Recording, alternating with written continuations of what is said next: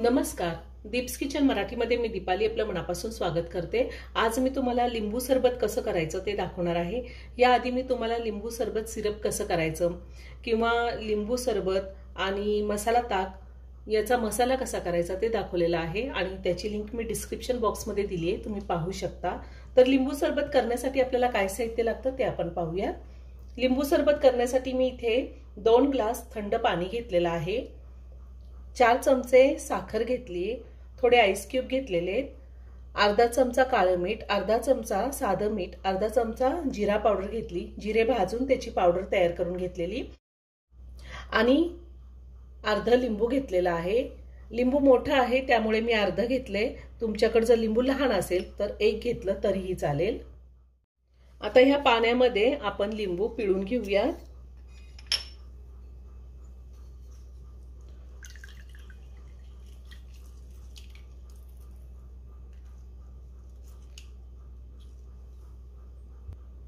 त्यातच आपल्याला काळं मीठ घालायचंय। काळं मीठ घातल्यामुळे खूप छान चटपटीत टेस्ट येते सरबतला। साधं मीठ घातलंय, जिरा पावडर घालायची आहे आणि साखर घालायची। मी 4 चमचे साखर घातली, तुम्ही तुमच्या आवडीनुसार साखर कमी किंवा जास्त घेऊ शकता। आणि आईस क्यूब घालूया। तसं पाणी मी थंडच घेतलेलं आहे। आता साखर विरघळेपर्यंत आपण हे चमच्याने मिक्स करून घेऊया। जर तुम्हाला पिठी साखर वापरायची असेल तरी तुम्ही वापरू शकता, पिठी साखर घातली तर ती पटकन विरघळते। तुम्हाला जर जिरा पावडर किंवा काळं मीठ नसेल वापरायचं तर नुसती साखर, पाणी, मीठ आणि लिंबू एवढं वापरून सुद्धा तुम्ही लिंबू सरबत करू शकता। तोही लिंबू सरबत खूप छान लागतो।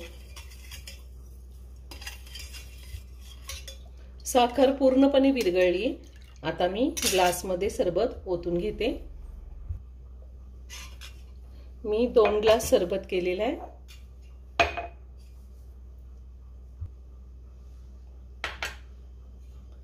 सरबत ग्लासमध्ये ओतून घेते मी।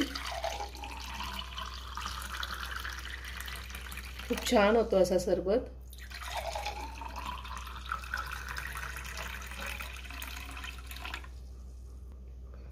आता एक आईस क्यूब घालते मी।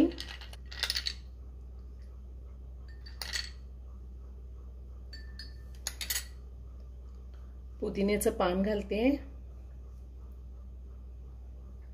आणि लिंबू।